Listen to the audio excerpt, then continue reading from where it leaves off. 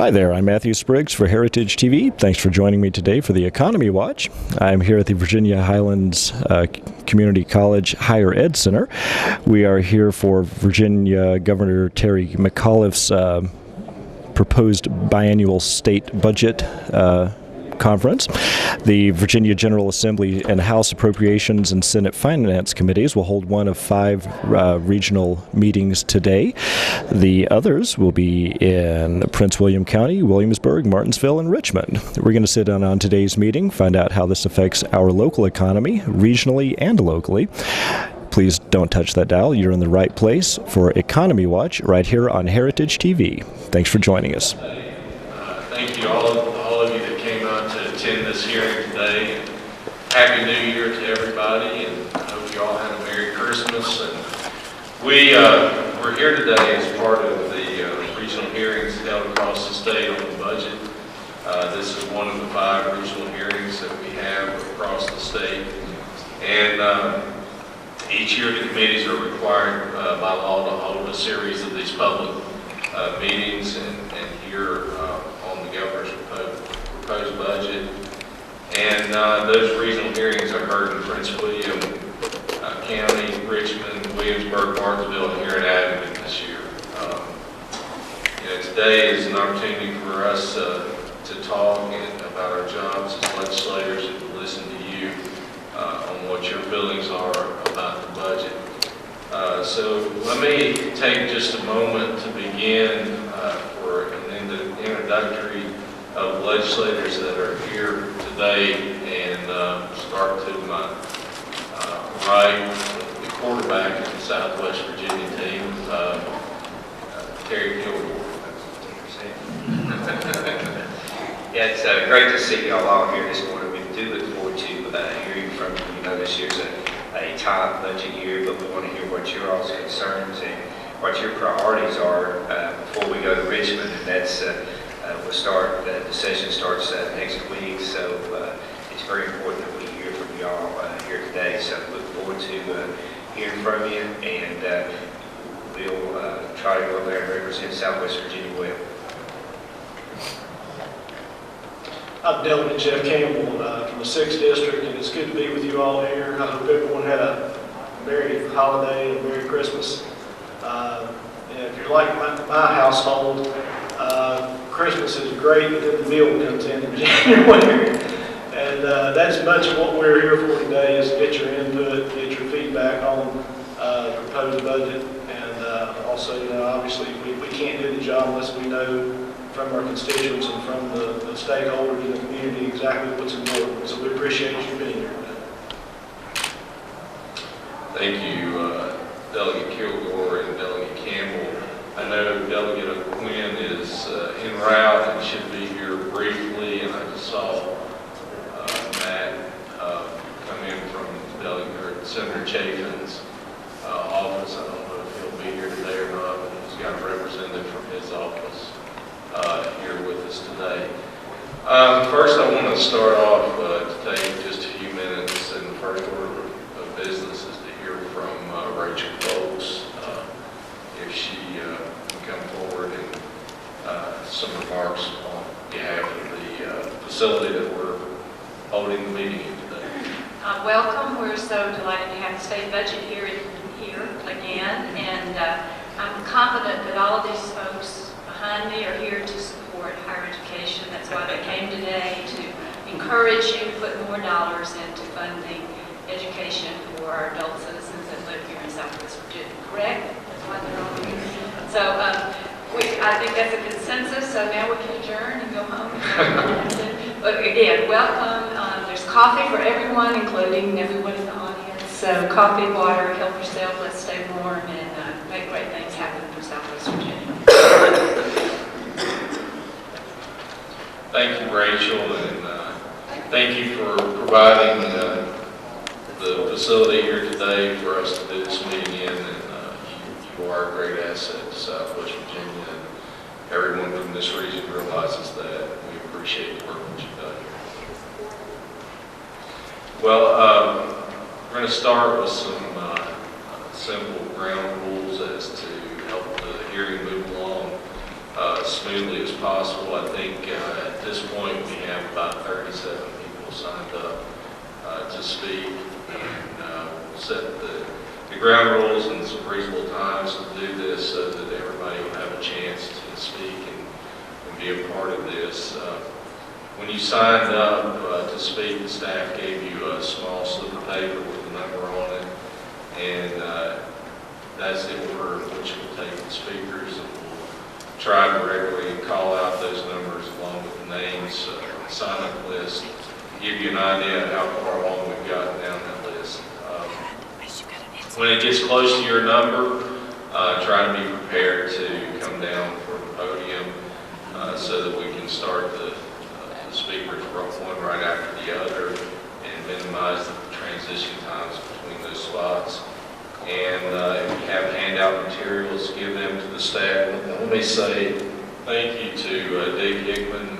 He's part of the Senate Finance staff, and he'll be down here to our right, so if you have some written statements to hand out, take them over to Dick. He'll make sure that those are recorded in the minutes. And also, if you have more than one speaker, try to come as appointing one of those persons to speak, come as a group so that we can recognize you, but only have one speaker in a group to present your concerns to the legislators here. You'll have 3 minutes or whatever less if you choose to use less blessed are the brief. We'll try to stay as close to that time limit as we can so that we make sure that everybody has a chance to speak and be heard. And going along with the blessed are the brief, just remember repetitiveness. Once we hear your cause, if it's associated to the same issue and you're going to make the same remarks twice, try to just let us know that someone's already spoken on that behalf and that you have the same concerns as that. And it doesn't make it counterproductive for you to be able to come up here and say the same thing again. That's pretty much it, and like I said, we're glad you're here, and I hope each one of us learned something new from what you have to say today, and something that we'll hear something that we haven't heard before, and that's one of the biggest reasons we're here, to make sure that we hear that. And we'll begin with the first speaker on the sign-up sheets, and number 1 should be Deborah Head. Would you like to come forward?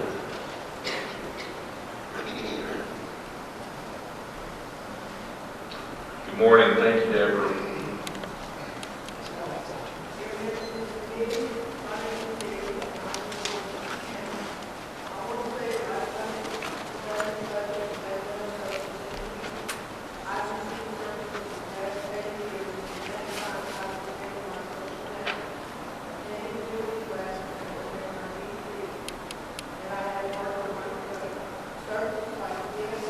Clubhouse, mental health support, case management, and site services are all beneficial to our recovery. This would not be possible without funding. Without mental health services, I feel that there are many consumers like myself that would not have the opportunity to have the choices in their mental health recovery. Services in the community provide us with opportunities to learn about mental health, how to cope with symptoms, and to be a support for each other. Cutting the budget would limit all those who currently receive services and cause there to be an increase in hospitalization. Please support keeping the funding in mental health so that consumers are not faced with being institutionalized or worse, having a mental health emergency. It should not take a tragedy to shed light on mental illness. Let's be proactive. I have several people with me today who support continued funding for mental health. Thank you. Thank you, and we appreciate you coming out today and sharing those concerns with us. And if you'll leave your remarks, Mr. Hickman, we appreciate it.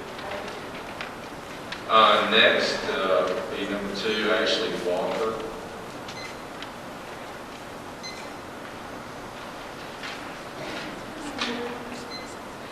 Hi, my name is Ashley Walker. I contacted People Incorporated in the Virginia Cares program to help me during a period of great difficulty and stress. The person from Virginia Cares was able to meet with me on really short notice and discuss my situation. I was looking for work and I also needed assistance with housing and gas to go look for housing and work. The Virginia Cares program paid for all of that. They personally transferred me to some of those appointments. They also referred me to the People Incorporated housing program to get me an apartment. I was able to find a full-time job that included housing with the Virginia Cares program. They also transported me to go get a DMV ID, which I didn't have. They paid for that as well, which was great assistance in getting me my job. I still currently contact them with any needs that I have because they support me that much. And I would just like to ask you to please continue to support the free entry efforts throughout the state. Thank you, Ashley. Next will be James Turner. Yes, I'm mentally ill. I've been in part of the system in Virginia for approximately 20 years. For about 5 years, I lived in a group home and was very happy when I was able to pursue independent living. The issue that it is that I want to bring is a matter of the auxiliary grants. The assisted living facilities take all of the disability checks of the disabled plus an approximately $500 a month called an auxiliary grant from the state to cover the living expenses of the people in the group home. When the person moves out of the group home into independent living, that auxiliary grant is no longer used. It doesn't go with the person. And I feel as though that the auxiliary grant should follow the person to assist in being able to provide appropriate living situation.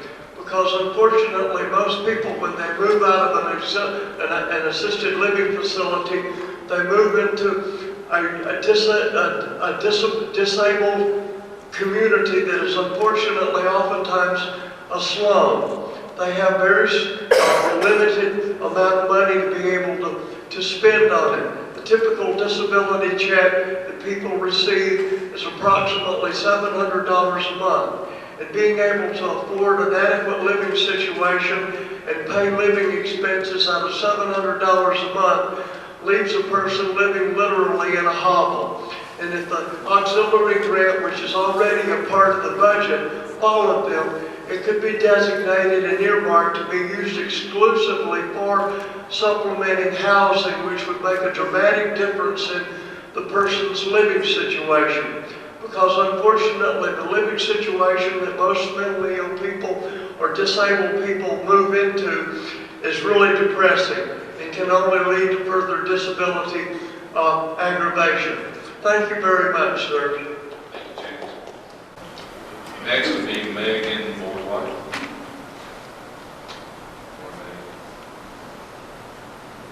Hello, my name is Megan Boardwhite and I'm a senior at Houston High School. I feel without People Incorporated's Project Discovery program, I would not be where I am today. A successful student maintaining a spot on the honor roll and a GPA of 3.3, also staying a very active student, a 4-year member of both county and district choirs, a 3-year Holston High School varsity cheerleader, and a participant in the 2014 University of Virginia's College at Wise Governor School, where I obtained 3 credits in theater arts. I am currently enrolled in 3 dual enrollment courses and will be able to leave Holston with an advanced diploma and 12 college credits. These are just a few of the many things that Project Discovery has helped me to achieve and accomplish. The organization helped widen my knowledge by arranging college campus visits, providing academic support counseling, offering goal-oriented workshops, SAT fee waivers and test preparation, and information on financial aid and college admissions. During my 4-year enrollment in the program, I learned a lot about surrounding colleges and became a volunteer in programs and service projects, such as Washington County Family Fun Day, Operation Christmas Child, and Faith in Action food drives. I am now a more informed and focused individual, one that not only plans of going to college, but to be successful in college. Thanks so much to People Incorporated's Project Discovery program, I will now be the very first in my family to complete college and earn a degree. Without this organization, I don't know where I would be at this point in my life. I greatly encourage others if they have the chance to join Project Discovery to definitely do so. I feel that Project Discovery would be a great investment with any student's time and participation because of the benefit it will so strongly provide for his or her future. Please continue to provide funding for this program at the state level. Thank you for taking the time to listen to me, and have a great day. Next will be number 5, Ron Thompson. Morning, Ron. Figured you was out riding a motorcycle on the back of the director. Well, good morning, but I'll be in Washington, D.C. Good morning for the International Motorcycle Show in D.C. So we'll see 30 or 40,000 folks there for that. But thank you all for being here. You know, one of the great things that's occurring in Southwest Virginia now with all the initiatives with the Cultural Heritage Commission and with Heartwood, we are driving traffic. But the big thing is we now have momentum. And momentum is the most difficult thing to achieve in anything. And if we can continue to drive momentum, it's amazing what we can do, because without a doubt, I don't think there's any doubt that we can make Southwest Virginia the outdoor recreation mecca of the eastern United States. We have all the initiatives in place. We have been able to get the funding to do that, but we have to continue to get that funding in order for us to continue to have the momentum and drive the traffic, because when you drive the traffic, you drive economic development in the end. It's just an example. You just got to go in downtown Marion and see what's taking place in Marion because we're driving traffic in Smith County. Plus the fact that we've now got 2 new businesses that are coming back, the 2 plants that I built back in the 80s. And all of this is momentum, and we just got to continue to do that. And I want to thank all 3 of you all, because you all have been so supportive of all the initiatives that are taking place in all of Southwest Virginia.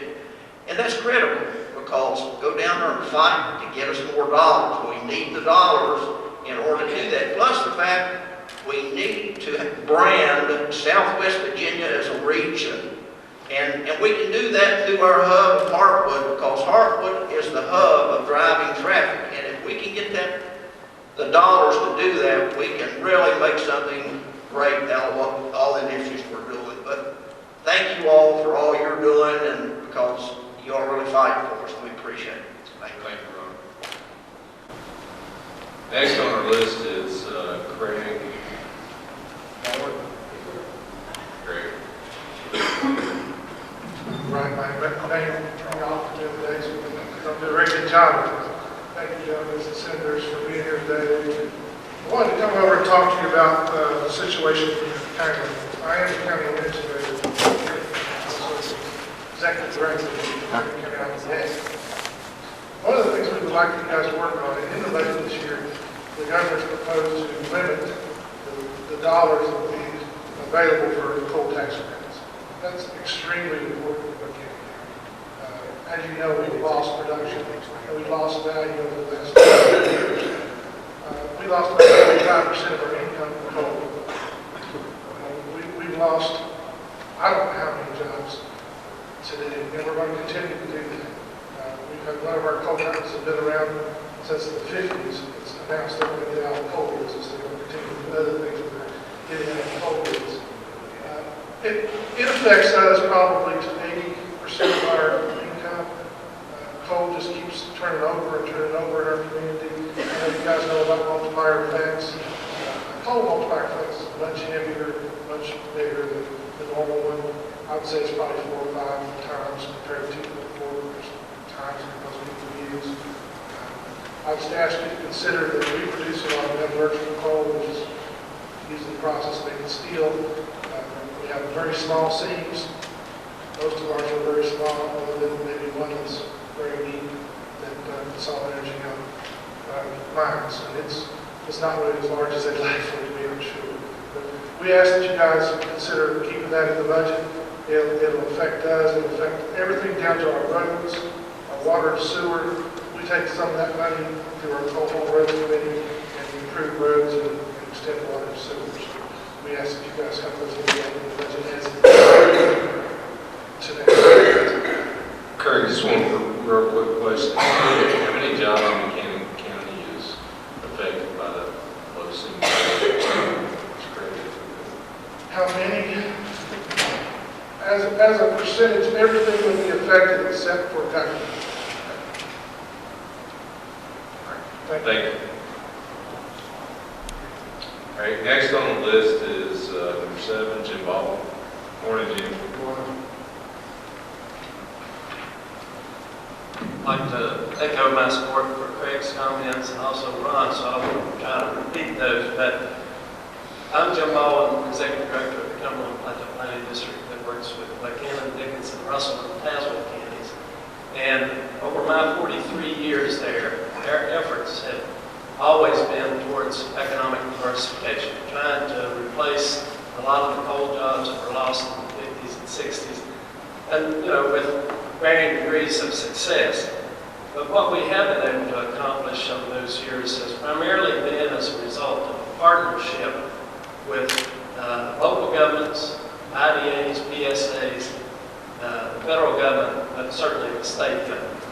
And without that partnership, programs such as the Southwest Virginia Water and Wastewater Plant that we've been using to improve our water and sewer infrastructure, the ARC corridor highway development program where we worked on our road system, VCA, Communities for Opportunities Fund, Southwest Virginia Economic Development Fund, all of those were state-supported initiatives directed towards one of the most distressed communities and regions of the state. And certainly more recently with our telecommunications infrastructure in broadband and wireless, which the state has been very instrumental in helping us with, along with EDA and some of our other partners. We see that, you know, we have come a long way. We have an infrastructure. We've got industrial sites now that we didn't have. We've got world-class telecom, but we're still trying to get over that hump. And I looked at numbers just recently for our comprehensive economic development strategy.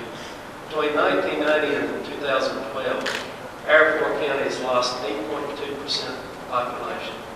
At the same time, the state was growing 20.8%. So I hesitate and shudder to think of where we would be without that partnership of state, federal, and local governments and other agencies.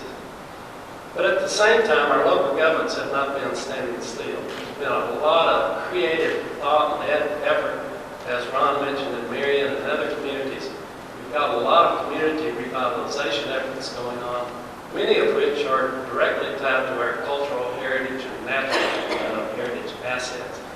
So with the Cricket Road, Round the Mountain, and Appalachian Spring, we're really sort of turning a corner, I believe, towards significant, sustained economic growth. The bottom line is that we would not have been able to do that without significant state support. Certainly we've had great friends in DHCD and other state agencies that have supported these efforts over the years. But I think we're at a point now where we really need for the state to provide some level of reasonable support ongoing to keep these efforts going. Local governments, regional agencies, and others can do a lot, but the key is always getting down to resources. And in my view, that investment by the state, a reasonable amount of funding, will give us what we need to continue to go forward. I think the most recent numbers show that 250% increase in tourism revenues, local and state revenues over the years. Finally, we've got an increase in the age group from 25 to 34. That's the first. And a lot of that has happened during these cultural heritage initiatives. So we ask your support for whatever you can do to help continue to fund this effort. And we appreciate everything the state and you all have done in the past. Thank you, Jim. Next will be Charlotte Mullen or Chuck Reed. Thank you for coming, Charlotte. Charlotte, you know how Charlotte is, she's shy. She don't like to get up and speak. Thank you. I'm Chuck Reedhammer, Executive Director of the Southwest Regional Recreation Authority, otherwise known as Spearhead Trails. Y'all are hopefully very familiar with what we do. I'm going to leave a handout here that one of the titles here says Invest in Growth Industry, because that's what we are. This is an ATV, equestrian, and multi-trail initiative that you're all familiar with. And we're like the sports car of economic development. We do a lot right out of the gate. We opened our first trail system in St. Paul, and within the first year we had $1 million of private investment. We are a little different than other initiatives. We're not out there taking credit for all the other stuff that everybody else is taking credit for. We take credit for what we do. And what's happened in St. Paul is very much directly related to Spearhead Trails. I wish I could say that we had $1 million of investment there now. I'm afraid it's now going up to $1.5 million of investment, and it's still growing. We opened our trail system in Pocahontas a few months ago, in October actually. And y'all know are familiar with the Pocahontas area. There's not a lot that's been going on there. Today I'm happy to report we got 2 businesses coming in there, one lodging business, and another business that's coming in that's investing in cabins.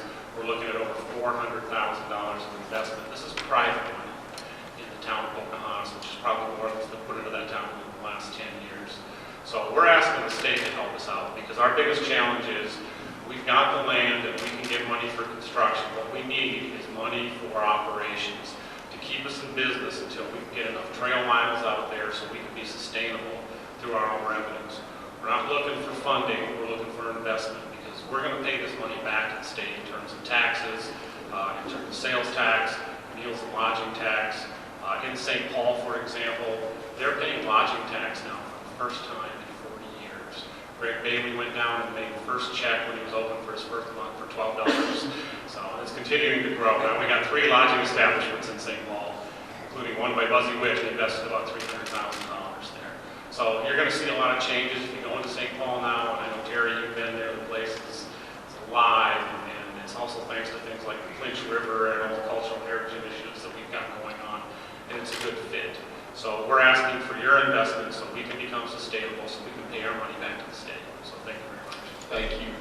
Thank you, Jim. Next on the list is Lewis Lawson.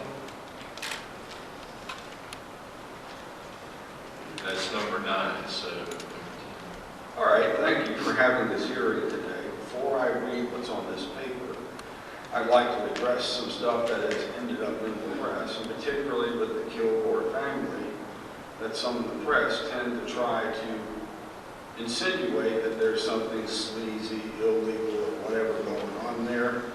I can tell you for a fact it is false. Let me clear that right off the bat. I'm going to be very critical of the Tobacco Commission, whose main problems, as I see it, is you just don't seem to have any focus. There's no way to check nothing. Even trying to get a copy of a grant application will cost you $100. It's ridiculous. This is an extension of a letter to the editor that was printed in the last Friday's Bristol Herald Courier.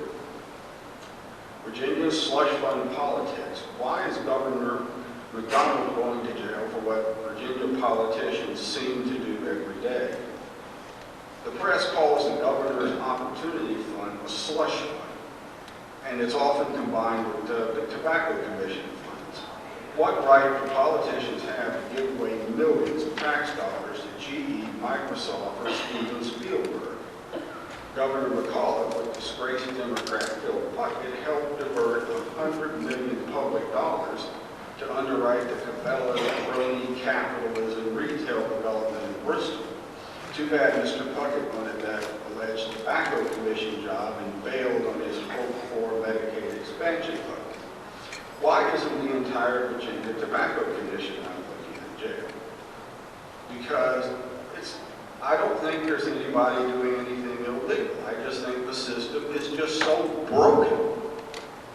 Again, here in Washington County, $2 million has been allocated for something called the Center for Excellence. There's nothing that Center of Excellence is doing that can't be done at the community college. And again, its goals are vague, non-measurable, no public oversight. Mr. Laughlin, let me just ask you real quickly before you go on. Is there anything specific that you would like to comment on this proposed budget, other than going through what your feelings are about? Okay. First of all, they need to completely revamp economic development in the state. Stop, there's a lot of money, it just seems to disappear. There's too much money, the gentleman in the brown coat noted it earlier. Oh, we got all kinds of infrastructure, great. Why don't we put some dollars into drug treatment? Why don't we put some money into human capital? Not simply trying to always benefit some business somewhere.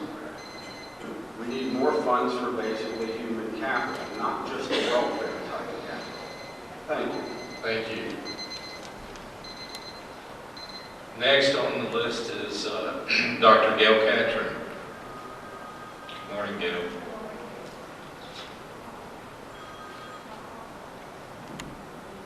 Good morning. Thank you for allowing me to speak today. My name is Gail Catron. I've been a mental health and children's advocate and a volunteer for over 40 years. I've gone from the youngest person in the room testifying, probably oldest. I was the founding chair of Mount Rogers CSB. I've served on the State Board of Mental Health and Mental Retardation and Substance Abuse, chaired both the Family and Children's Trust Fund of Virginia and Better Beginnings for Virginia's Children, and a former board member for Voices for Virginia's Children. Well, I'm deeply thankful for the funding that you provided last year. We still have a long way to go. Many children are now receiving, or at least have a better chance of receiving community-based services in child psychiatry in each of the 5 regions of the state. Prior to this funding, youth-specific crisis stabilization services were non-existent in this region. Now we have clinicians hired to stabilize these children, and they have reduced the need for inpatient treatment. Less than 5% of the children enrolled in these services have been hospitalized. This is an outcome to be celebrated for all of us. The telepsychiatry program has also proven to be successful in helping children and families manage their mental health disorders. Serious mental health disorders affect about 130,000 children in Virginia. These are the disorders which are severe enough to interfere with the children's daily functioning at home, at school, in their communities. We see in the news the consequences of children and adolescents not being diagnosed and effectively treated. Thanks to the funding that you provided, many of these children now have a better chance of accessing child psychiatry programs. We know that here in Mount Rogers, youth-specific crisis stabilization centers were non-existent. Over 200 children now have received these treatment services. These services need to be available to all children, no matter where they live in the Commonwealth. The current FY16 funding for these services is $4.65 million, and that sounds like a large chunk of money, but it has to be divided against the 5 planning districts. The earlier we get to treatment and diagnosis of these children, not only will the more successful we will be, but the greater impact of mental health dollars. We're reminded of the needs of the 16 to 25-year-olds that are not being met. Many of these children and youth are struggling with significant behavior issues and conditions. These include mood disorders, dual diagnosis of mood disorder and treatment with substance abuse issues, and psychoses. If we could support and treat them in their first episode of mental illness and provide a stable engagement for them as well as their families, perhaps we could have better outcomes and less acting out in disastrous circumstances in the community, as we've seen in the news. Our CSB folks around here cope with not only having huge patient loads, but they also try to help the clients they serve. They have challenges. We live in a rural and isolated area. Limited public and personal transportation, limited health services, limited job opportunities, high unemployment, drug and alcohol abuse and addiction, high suicide rates. Most people don't know that in the Mount Rogers area, the suicide rates are 13 to 19% compared with 11% in the rest of the state. This is disastrous. We've come a long way since the hospitals provided most of our mental health care. The community services do work when we fund them. However, the funding is not always followed the clients. Now the CSB have community services, and we know they work. Thank you for continuing to provide these community services for our mentally ill children and adults. We sincerely appreciate what you've done, but we need you to continue the good work. Your needs are so great. Thank you. Thank you, Gail. Next on our list, number 11, Anna, I'll just say Chase. Actually, it's going to be interesting to follow Gail because I want to basically support some of the same things she said. But I do want to thank you all very much for the work that you have done in the last couple of years. You all funded the child crisis response services and the psychiatry services, and that has just been a really big benefit for us. Regional awards were made. Matt Rogers, which is where I work, was the lead agency for our area. We have 10 boards in Southwest, HPR3. All 10 of them are actively using the telepsychiatry services, which is great. And the first year funding, we got 3 additional boards that had funding to hire crisis clinicians to work with children. This past year, some additional funding came up, and we hired 3 more boards back there, crisis counselors. And so last year, we served over 400 children. I think it was like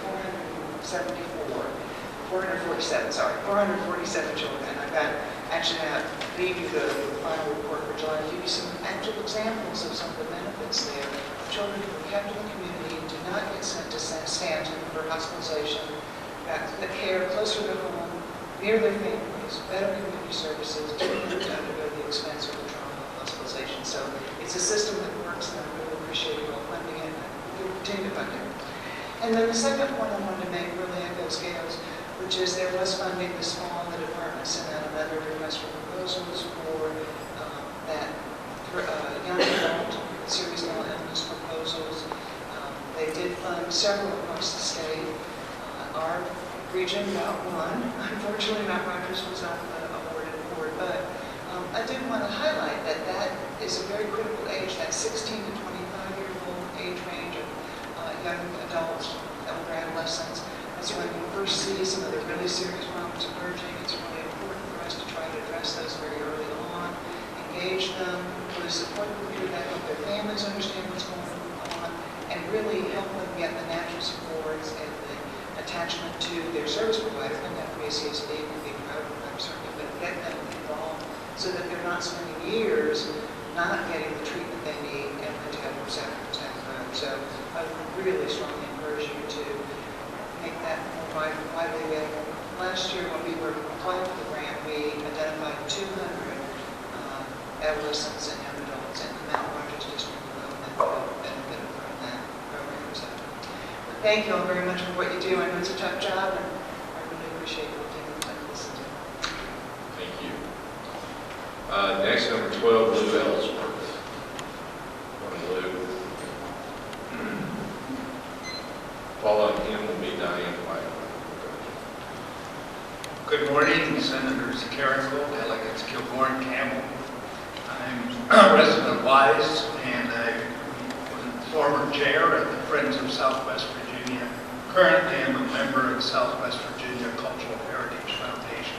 As you know, and we thank very much the General Assembly for back in 2008 creating the foundation as a tool for strengthening and expanding more sustainable regional economic development and community revitalization efforts in 19 counties, 4 cities, and 50-plus towns. Along the way, during the past 15 years, there have been substantial partnerships developing to promote and develop the creative economy, using the cultural assets of music, craft, artisan agriculture, and outdoor recreation activities.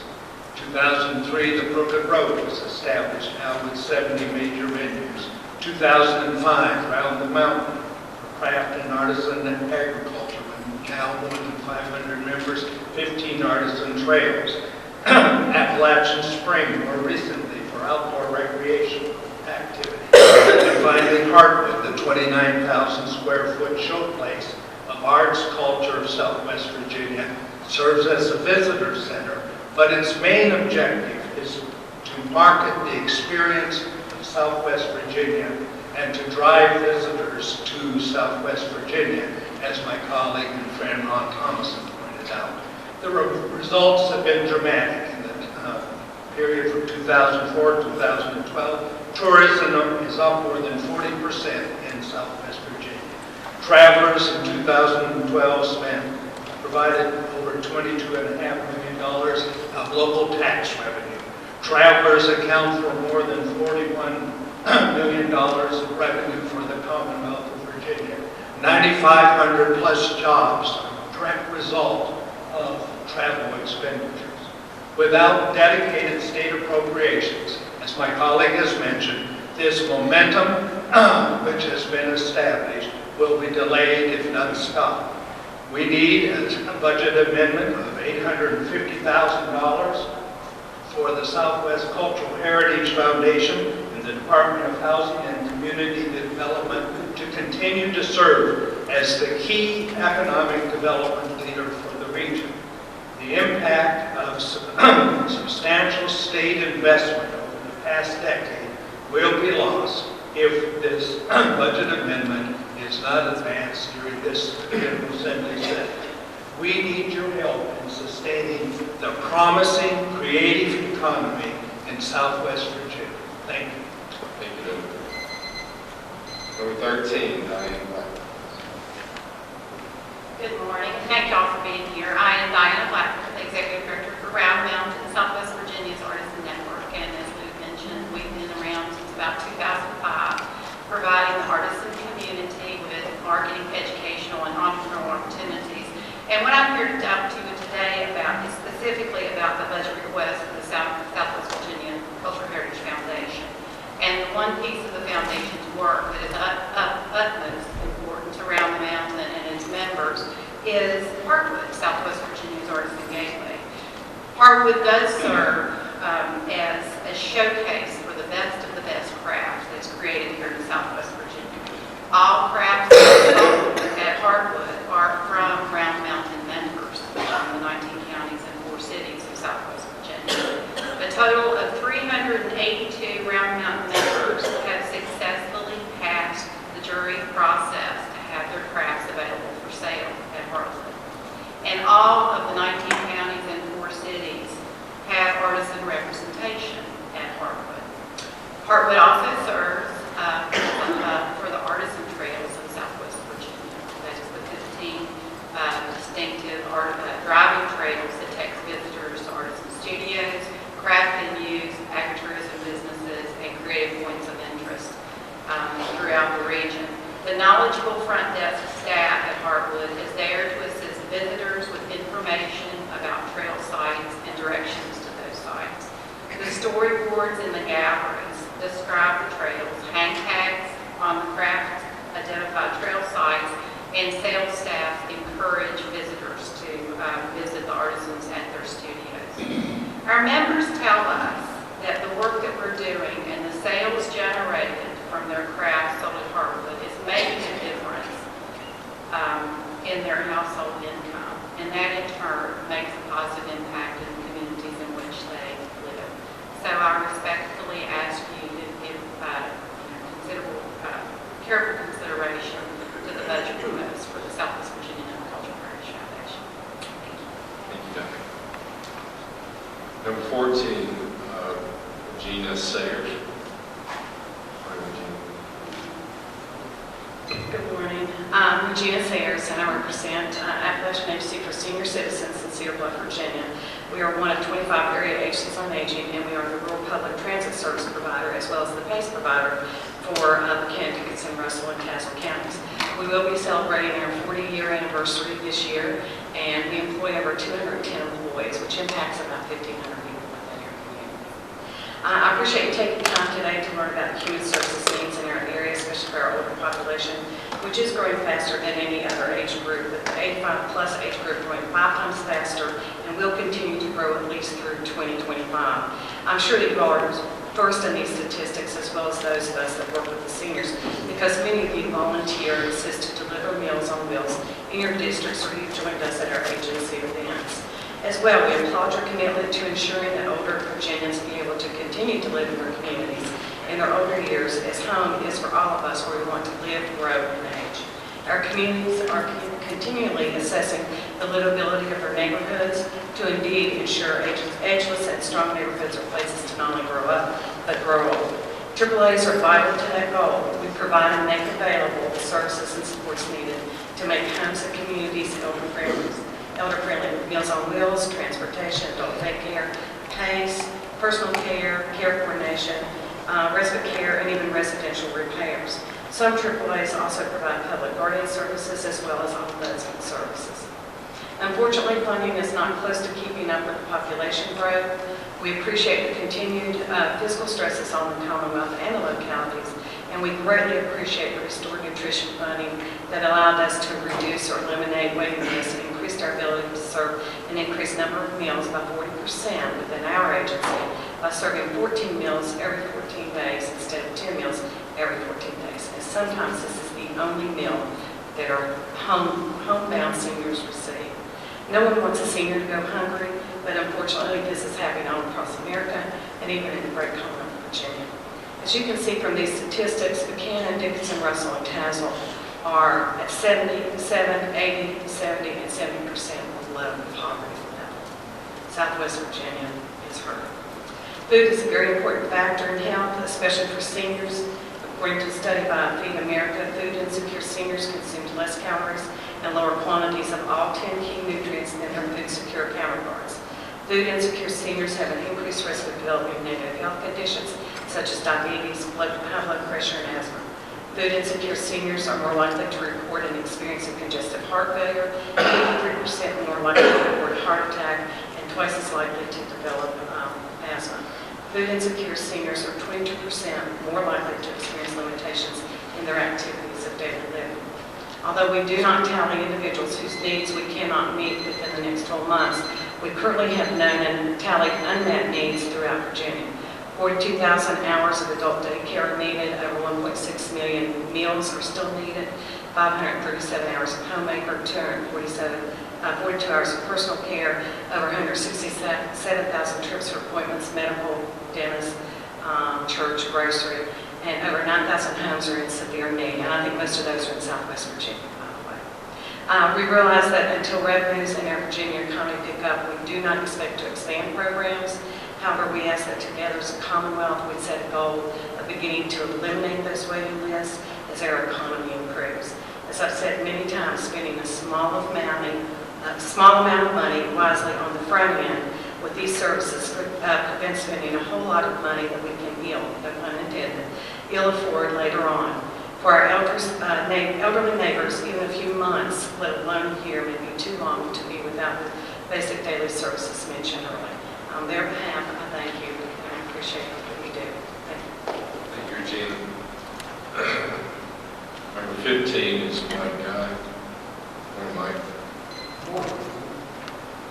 I intentionally climbed up behind Regina so I could just say amen to most of that. Of course, I represent District 3 government in Florida, which is the area agency on the aging of the world, transit provider. Planning District 3, planning Carol Grayson Smith, Washington, with Christopher Galax. And we have representatives later, I think, from Mount Nimrod. We're certainly all working together on this. In our service area, we have over 50,000 seniors now, and our agency serving some 6,000 of those each year. But I particularly wanted to thank you for your efforts last year to get us some funding for the nutrition program, Long Meeting. In our particular case, over the last 3 months, we've been able to add 153 more seniors to the service and serve almost 10,000 more meals. And it's really made a difference. Not that there isn't a waiting list, but they've good inroads on that. You need to keep that going because we need that continued service. And it is making a difference. Make sure you understand that we're putting that money to good use. Thank you very much. Thank you, Mike. Next will be number 16, Wendy Walker. As Wendy makes her way down here, I felt mentioned there is a representative from Senator Warner's office, Drew Lumpkin, sitting in the center of the crowd. So take all your concerns to them. Thank you for being here, Drew. Hello, I'm Wendy Wampler. I'm an employee of local CSD in Big Stone Gap and an active member of the community. And I'm here to ask for your support for a few specific services for individuals who are diagnosed with serious mental illnesses. I encourage you to support legislation for increased DAP, which is discharge assistance plan funding, as well as LIPOS, which is local inpatient purchase of services funding. In addition, please support enhanced funding for behavioral health crisis services for all ages as well. Expansion of these programs and rate increases are necessary in order for communities to deliver a higher quality of behavioral health services. This will also ensure that each person diagnosed with a serious mental illness has the opportunity to become a productive member of the community. I apologize. And achieve the highest quality of life possible. Thank you for your dedication and for supporting the needs of our citizens in Commonwealth. Thank you, Wendy. Next will be number 17, Carla Jackson.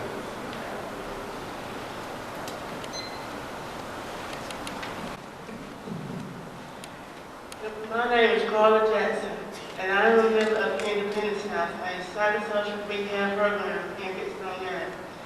I am here to support people with intellectual disabilities. There are over 9,400 people on a Medicaid waiver waiting list for services in Virginia. But my mother is one of the lucky ones who already has a Medicaid waiver slot.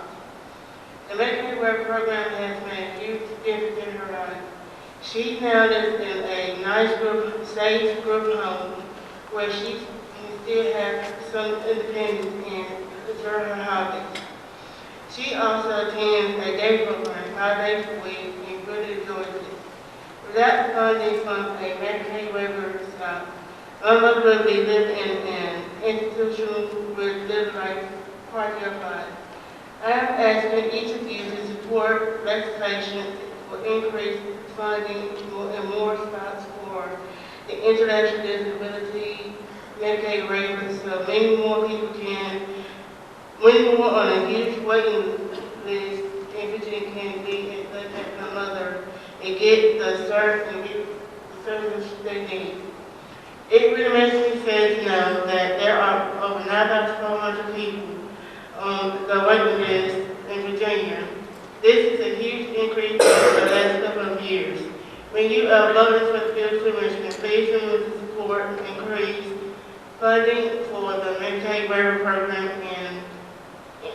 in Virginia so we can eliminate the waiting list and support everyone who wants their life back in which. Thank you very much for your support, time and support. Thank you. Next, number 18, Robert Ingram. After Robert will be Julia Lewis. Good morning. Thank you for your support and for allowing us to speak to you today. My name is Robert Ingram and I am a member of Independence House in Big Stone. There is a big need for more funding for mental health service in Virginia. We really need more funding for community mental health service and crisis service. More funding for these services will help us people with their recovery, and it will also help them stay in their own community. Please vote for more funding for mental health service and for CIT crisis centers in Virginia. Thank you for your time and support. Thank you, Robert. Next is Julia Lewis. Hello, my name is Julia Lewis. I'm the Vice President of the House of Delegates Regional. I work with adults who have been diagnosed with an intellectual disability. But most importantly, and the reason I am here is that I'm a grandmother of a beautiful 10-year-old girl with Down syndrome. Her name is Skylar. Skylar was fortunate enough to have had the supports and services of early intervention. These trained individuals work with Skylar and her parents to help Skylar with her developmental delays and help her to reach her milestones. Be it late, but she met them nonetheless. Without this service, I truly believe Skylar would not have met those precious goals of crawling, walking, and reading herself. With these successes, Skylar now has a strong base to continue to build her future on, and it is all due to the program of early intervention. Every child with a developmental disability should have access to this service. I can cite statistics on how this program improves the lives of these young people and save the state money, but you already know that. It is just the right thing to do. So please find the money to fund the early intervention programs so that it can service many children that it needs. Thank you for taking the time to listen to all of us and be careful when you go back home. Thank you.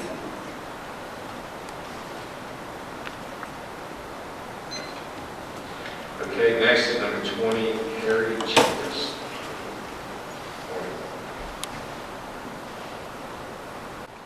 Good morning, gentlemen. I'm Harry Childress with the Virginia Coal and Energy Alliance. I'm pleased to talk to you about coal and its importance not only to our region and state, but to this great nation. The Virginia Coal and Energy Alliance and its membership oppose the capping of the coal tax credit that Governor McAuliffe has proposed in his amendments to the 2014-2016 biennial state budget. VCEA represents approximately 90% of the coal that's mined in Virginia. You three gentlemen, as well as the rest of the Southwest Virginia delegation, is on the record as opposing the capping of that coal tax credit, and we certainly appreciate your support. This will be devastating to the Virginia coal industry and could very well force some of our companies to close mines. It will also be demoralizing to the coalfield counties, as much of their local budget comes from the coal industry. The capping of the coal tax credit is another burden on the coal industry of Virginia, when the industry is already suffering from the onslaught of regulations from the federal government and a softening market due to the international and economic decline. This tax credit becomes even more critical for the coal industry in keeping and obtaining sales contracts. It is also critical to the coal-producing counties to not lose any additional production, since each ton lost is lost sales tax. Coal is the most valuable single mineral resource produced in Virginia, with an estimated value of $3 billion. Coal is an economic lifeblood for Southwest Virginia. It supports more than 10,000 jobs in the region. Statewide, the impact is even greater. $3.7 billion in spending, supporting 14,138 jobs. Coal accounts for nearly 7 million jobs, $360 billion in household incomes, and more than $1 trillion in gross domestic product nationally. Consider the Coalfield Economic Development Authority, which is funded with coal industry taxes, had an estimated $4.4 billion economic impact and supported 27,778 jobs in Southwest Virginia in 2011. Its positive influence was even greater across Virginia. Coal represented a $5.5 billion impact and supported 34,987 jobs in the state that year. On the macro level, the coal industry also contributed significant revenues from state and local governments. More broadly, the authority played a key role in reducing Southwest Virginia unemployment and diversifying its economy. The coal industry paid $19 million in coal severance taxes into D.C. in 2013. The coal industry still accounts for 5% of the regional workforce in Southwest Virginia and nearly 13% of its local wages. These wages, by the way, are much higher than the mean, nearly $85,000 annually in the coal industry, compared to a roughly $35,000 average throughout the region. Mining companies operating in Virginia contribute tax revenues to coal-producing counties in FY 2011, totaling almost $44 million. Coal mining generates about $2.9 billion in economic activity in Southwest Virginia alone. Another benefit to this region has been that coal mining companies are generous contributors to our local schools, athletic programs, and community functions through their charitable efforts. Coal needs to remain an important part of Virginia's energy plan because it provides fuel for baseload energy for Virginia and the nation. It provides taxes for localities, the state, and nationally, and and it provides affordable electricity to Virginia's peoples and businesses, and it provides good paying jobs. Coal mining is responsible for more than 45,000 jobs directly and indirectly, with a combined payroll of $3.4 billion. Coal ranks 14th in the nation in coal production today. Such a change we've seen in the 90s. The record year was almost 49 million tons of production, and in 2013, the production was a little over 17 million tons. So you can see the decline there. And what would that decline be without the coal tax credit? It's hard to say. Virginia coal provides affordable electricity to more than 1 million households and to 58,000 businesses. Its affordability is one of the things that makes it most attractive as a fuel source. As electricity becomes more expensive, the cost of producing goods and providing services across all industries increases. And it's the middle and lower income families, those living on fixed incomes, who will be most affected by the increased cost. I want to take a few minutes to talk about the industry responsibility. We are good stewards of the land.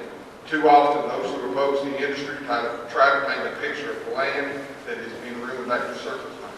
However, if you take the time to investigate, you will find just the opposite to be true. An active surface mine is just that, an active construction site.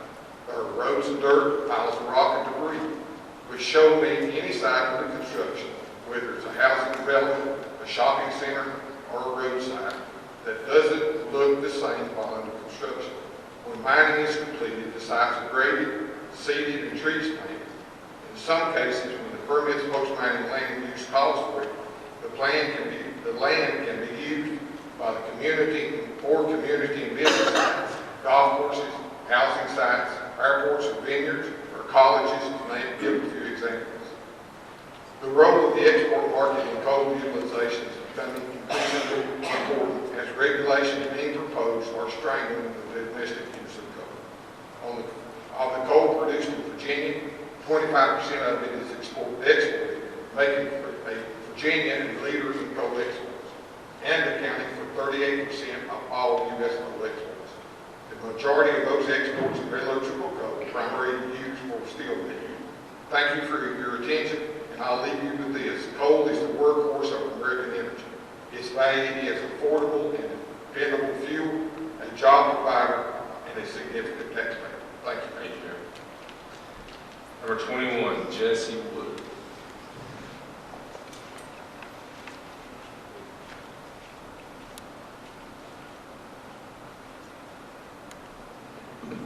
Morning.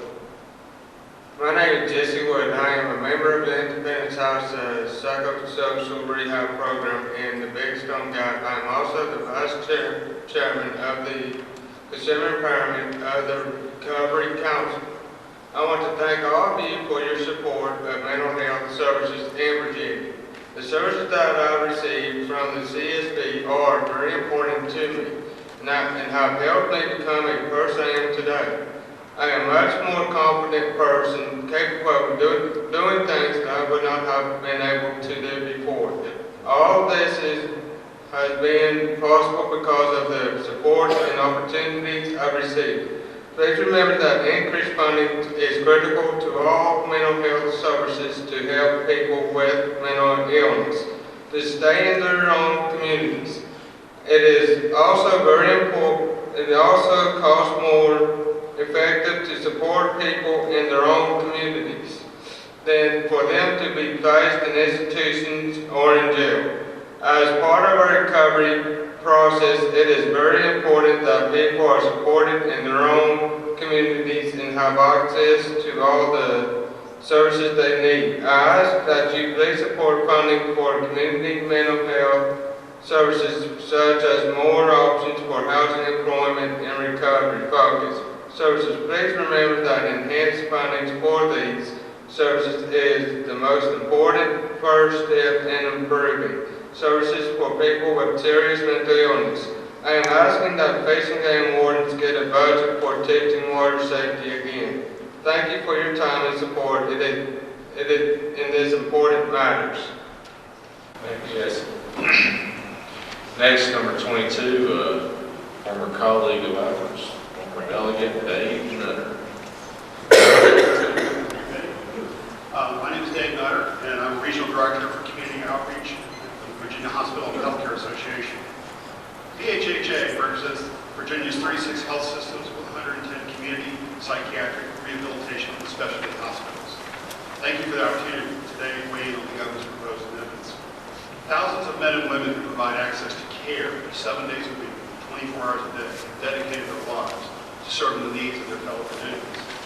These professionals not only are critical to their communities because of the selfless care they provide, but also because of the tremendous impact that healthcare has on our local economies.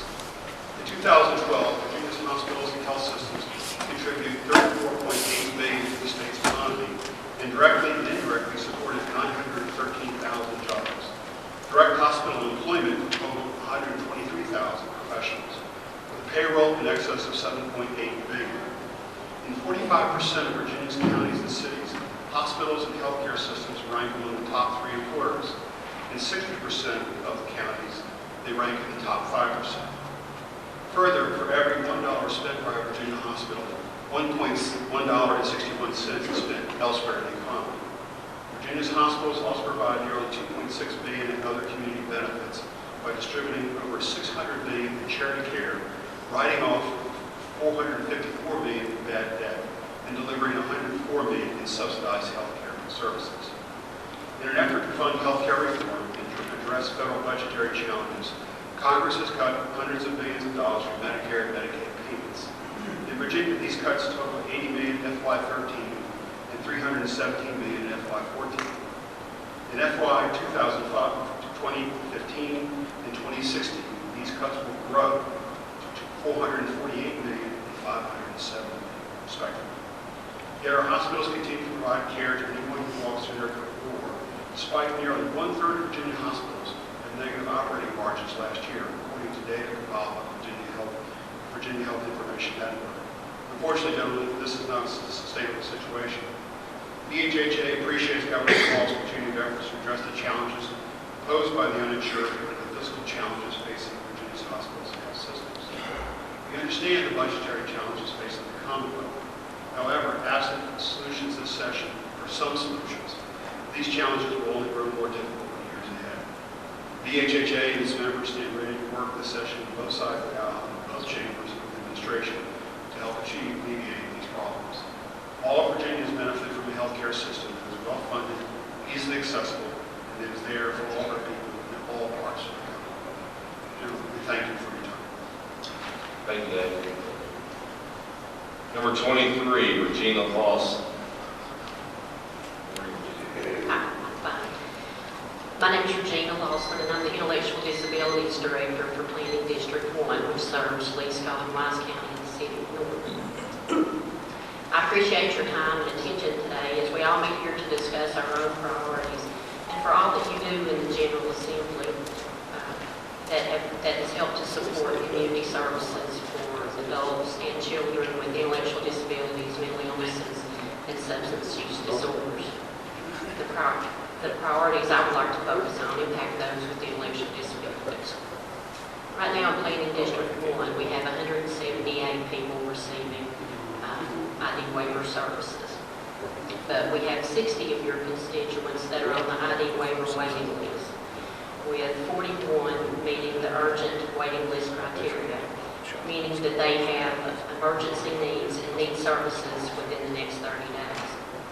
The remaining individuals are on the non-urgent waiting list, meaning that they have potential aging caregiver issues, but are not currently in need of emergency services. In many cases, families have cared for their family members at home for years without significant cost to the state.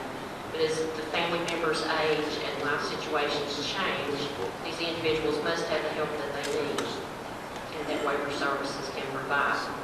Since there were no new slots for use available to us this past year, the only new people who were able to receive any waiver services in our area were due to the deaths of other slot holders. Much work has been done this year to determine levels of Medicaid reimbursement that can more realistically support the complex needs of those that are already in the community or are being discharged from training centers. Please support the funding changes to allow us to successfully implement the DOJ settlement. I know this is a tough job for you and don't envy your responsibility, but please consider the impact that these things will have on the abilities of individuals to live in a much more cost-efficient living situation where they will be able to maintain their relationships with families, work in jobs that contribute to the economy, and strive to live a normal life. Number 24, Valerie Castle Stanley. Valerie, the floor. Senator Gary Good. I'm Valerie Castle Stanley, and I'm an employee at the Virginia Relay Center. You know, that's what the Virginia Relay Center is. We relay calls for people who have a deaf and hard of hearing 711 service, people who are late in death, or people that have had strokes, have speech disabilities. We assist in their calls. We've been in Oregon for 24 years, and I've been an employee there 23 years.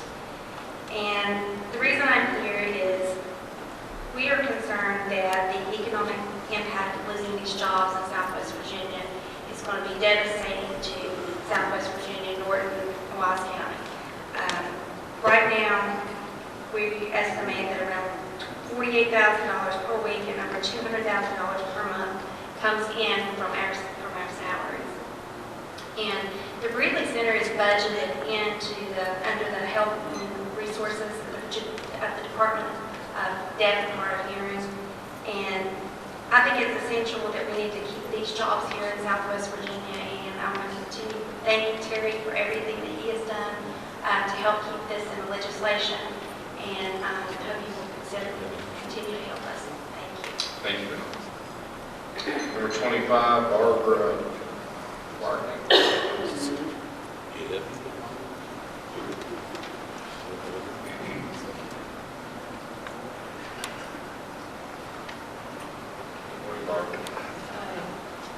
I have a cold, so my voice is a little gravelly. My name is Barbara Bartnick, and I am from Rural Retreat in Wythe County, Virginia. And I want to thank you today for the opportunity to speak to you. I'm here to ask for your support in preserving, or better yet, strengthening the mental health services in Virginia. Paranoid schizophrenia is a term I learned at the age of 6. That was when my father was first diagnosed. Throughout my childhood and adult life, I continued to learn about that diagnosis and how it could change the lives of an entire family. I have worked as a psychiatric nurse in Indiana, Ohio, and here in Southwest Virginia. I also served on the Columbiana County Mental Health and Recovery Services Board in the state of Ohio. Through these experiences, I have seen the positive impact of comprehensive mental health services on the lives of persons living with mental illness. And you've witnessed that today with the people who've come up here and spoken about what their recovery and health services have helped them in their recovery. Treatment works, but we need to make sure we are offering coordinated, timely, and effective services. I have a list here, and I respectfully request that the General Assembly strengthen the psychiatric services offered for children, young adults, and adults, expand access to crisis response and stabilization services. Stabilization services would actually save money in the long run because it would potentially keep people from going into the hospital if they were in crisis and you caught it early enough. Increase availability of a program assertive community treatment, which is a PAC team. They provide intensive case management. I worked on a PAC team as a nurse in Ohio. Invest in supportive housing models, and I've also seen them work very well too for clients, and keeps them living in the community and functioning as independently as they're capable of. Support initiatives that strengthen the mental health system, provide the funds needed to run them, and promote accountability in both the public and private sectors. Identify new and innovative ways to decriminalize mental illness and expand jail diversion programs. It is because of my personal and professional experiences that I'm speaking out today for a group of citizens who, through no fault of their own, are diagnosed with mental illness and continue to struggle to get the treatment they need to recover their lives. As we've seen lately, without treatment, the consequences of mental illness for individuals and families and society are staggering. Virginia's mental health care system needs sustained long-term support. I ask for your help to protect and improve mental health services in the Commonwealth. Thank you for your time and attention. Thank you. Number 26, Amy Woolard. Good morning, Senator and Delegates. Amy Woolard with Voices for Virginia's Children. We are a statewide organization, so I'm very happy to be here in beautiful Abington. Your investments in children especially make a difference during difficult economic times.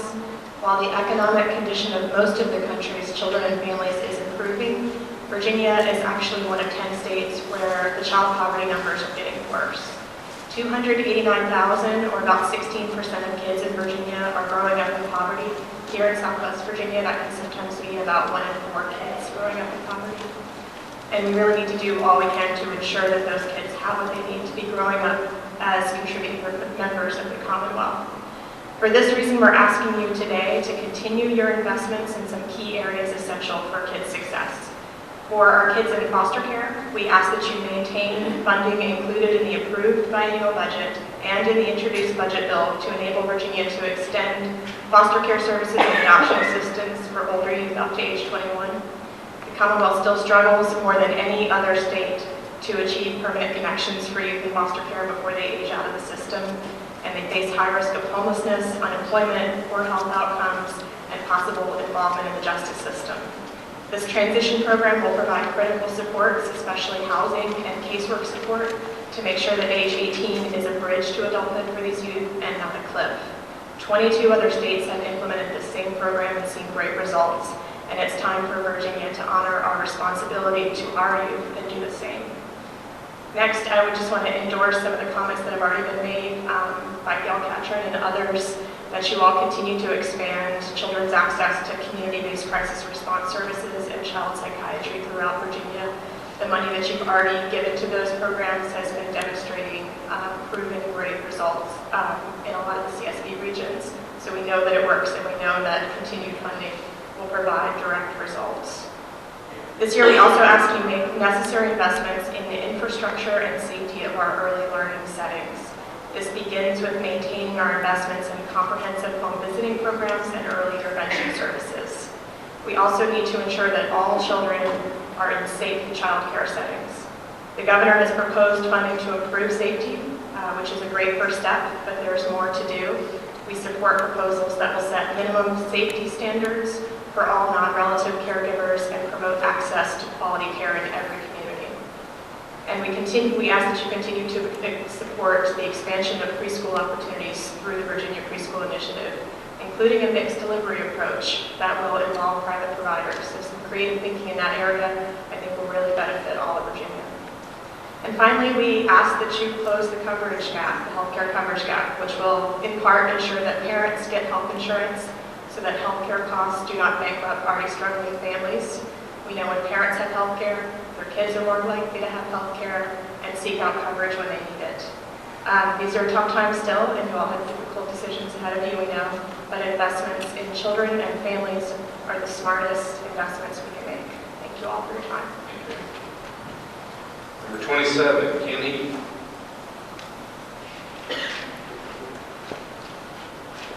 Morning, Ken. Morning, Ken. Ken Heath, Town of Marion. Virginia faces serious issues: traffic congestion to no point of breaking, requiring millions and millions of dollars for temporary Band-Aid fix. On an economic basis, too reliant on government, with 17 of the top 50 Virginia businesses either directly or one step removed from government. Stagnant unemployment in certain regions, while other areas continue to enjoy pre-recession numbers. Brain drain, where children flee more prosperous, more populated, and more vibrant regions, even other states.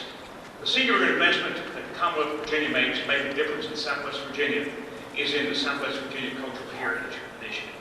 Branding, advertising, and marketing is the glue that binds our region together, makes us a world-class brand that puts a positive mental image in the minds of our visitors, businesses, industry, and our own citizens, restoring generations of lost community pride by uniting us under one brand, Southwest Virginia. The Cultural Heritage Foundation is the sole investment that the Commonwealth is making to comprehensively reinvest in Southwest Virginia. And to me, it's the best money you spend, not only for us in the region, but for the rest of Virginia. For as Southwest Virginia grows and prospers, the issues I laid before you at the beginning are all mitigated by stretching economic prosperity to all of Virginia, showcasing the unique assets we have to offer from Wise to Whitfield, Freeze to Floyd, Mendota to Marion. When Southwest Virginia succeeds, we all succeed here in the Commonwealth. Invest in the future, not only just throwing money at long endemic problems that push our people out of these mountains into the overcrowded Golden Crescent, Nova, and Hidden Road regions, but leaving us here at home and helping us to succeed. Don't just patch yesterday's mistakes. Continue to invest in Southwest Virginia for today and tomorrow and help fund the Southwest Virginia Cultural Heritage Foundation. Thank you. Thank you, Ken. Number 28, David Helms. Mayor Helms.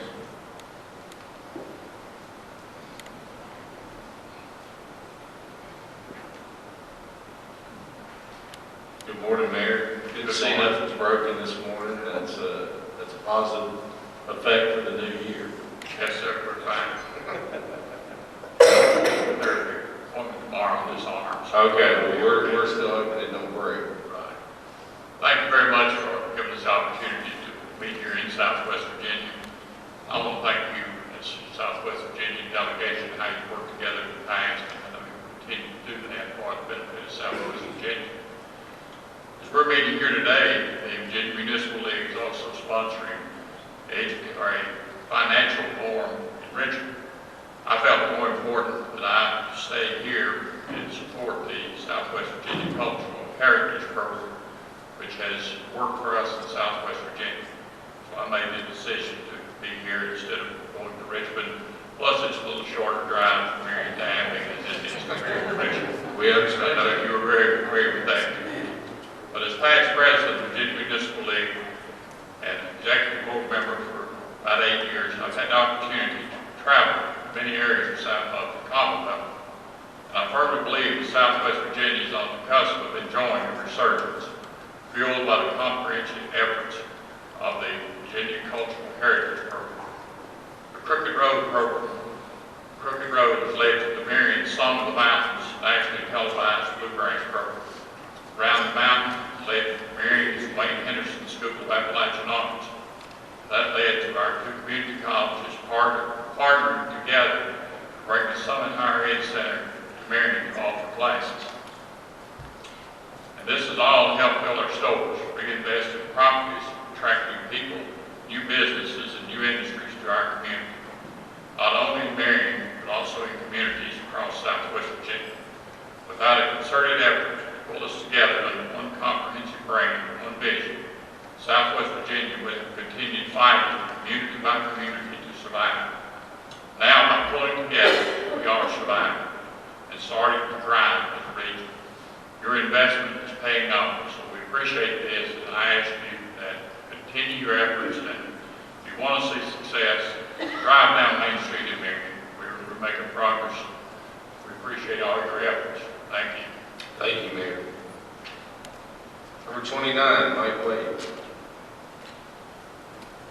Good morning, gentlemen. Thank you for the opportunity to speak this morning. I know that several speakers already have talked about the issues facing families and individuals with intellectual and developmental disabilities, but I'm going to talk a little bit more about that as it pertains to the New River Valley where I'm from. As of last Friday, January 2nd, 2015, we have a total of 153 individuals in the New River Valley on the urgent waiting list for Medicaid waiver slides. Another 50 plus on the non-urgent list. So over 200 residents in the New River Valley who are waiting for Medicaid waiver slides. We've had many individuals on that list who have been on that list for 5, 10, 15 years. One that goes all the way back to 1999. And what I want to do now is just take a quick minute or two to give you a quick profile of 3 stories. 3 ladies in our community who are on the waiver waiting list. The first one I want to talk about is Kathy. Kathy is a resident of Montgomery County. She's 54 years old. She has Down syndrome. She was placed on the urgent waiting list for Medicaid waiver slot back 3.5 years ago when her mother passed away. She lives at home with her father, who is almost 80 years of age. He is continuing to have his own health issues, and it's becoming harder and harder for him to take care of his daughter. She has been actively employed by the local Goodwill workshop for more than 30 years. But because she too is aging and having her own health issues, she's had to scale back the amount of days that she goes to the workshop to work. And with that and the combination of her father's health issues, it's becoming harder and harder for those two to exist in their current situation. And I think with the way things are right now, it's realistic that Kathy's father will not see her obtain a Medicaid waiver slot. He won't live to see that day, and that's tragic. The second story that I'll tell you about is Peggy. Peggy moved to Floyd County about 2.5 years ago when her mother passed away. She had lived in Tennessee with her mother and her sister, her older sister, who was 62. Peggy is 52. Peggy moved to Floyd with her sister and her brother-in-law at that time. And Peggy has issues with mobility, being able to go up and down stairs to navigate steps. And unfortunately, her sister's home wasn't designed to accommodate someone with those needs. And so Peggy's sister and her husband had to dip into their retirement savings significantly to modify their home to be able to make it conducive to living for their sister, who has intellectual disabilities. That obviously is a situation that affects more than just the individual who needs the assistance. It's the entire family that's affected. And then thirdly, one that's a little closer to home for me because it's a dear friend of my wife and ours. And her name's Robin. She lives in Floyd as well. She has cerebral palsy. She's confined to a wheelchair. She's on the non-urgent waiting list at this point. She's in her 50s. She also struggles with anxiety and depression because of her social isolation, because she can't get out. But she is a resilient lady, tenacious. She competes in Special Olympics. She is essentially independent. She lives in an apartment, takes care of herself with the assistance of an aide who comes by once or twice a week. And I just can't imagine physically having those needs and doing what she does. She's an amazing person. And I know if she didn't have this disability, she'd be out working, making her own life, and doing amazing things. So I just want to underscore the idea that these stories are real. These are real people with real struggles. And I hope that as you move into the session, and I know things are tough, that you'll consider expansion of Medicaid waiver slots to try to help more of these families. Thank you for your time. Thank you. Next is number 30, Catherine Milburn. Morning, Catherine. Hi, my name is Katrina Milburn. Oh, I'm sorry, Katrina. I'm from Blackfoot, Virginia. I'm here, first of all, thank you for allowing me to speak. I'm here to ask you to support funding for jail diversion programs. I'm going to show you a picture. First, this is me 5 years ago.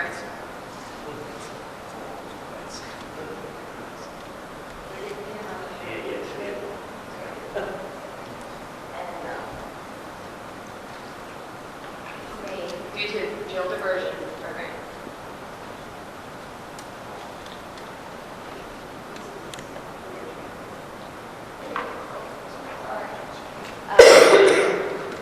So, New River Valley Community Services often offered a program called the Bridge Program. I was first diagnosed with mental health illness my senior year in high school with ADD. Shortly after 9/11, which is when I graduated, I suffered severe anxiety.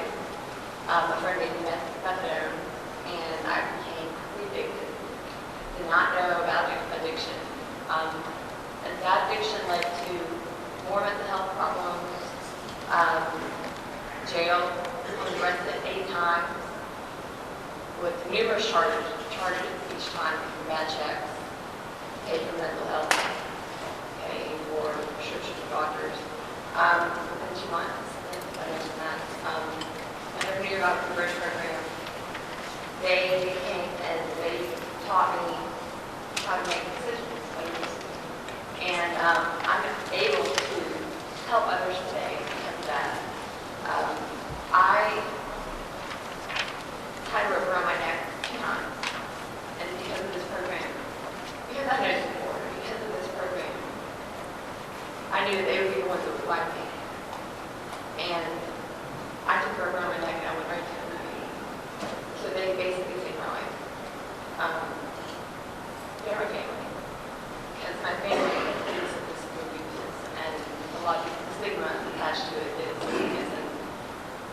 And I fought to be where I am today. And so I'm asking you to not only maintain funding, thank you very much for Children's Version, but to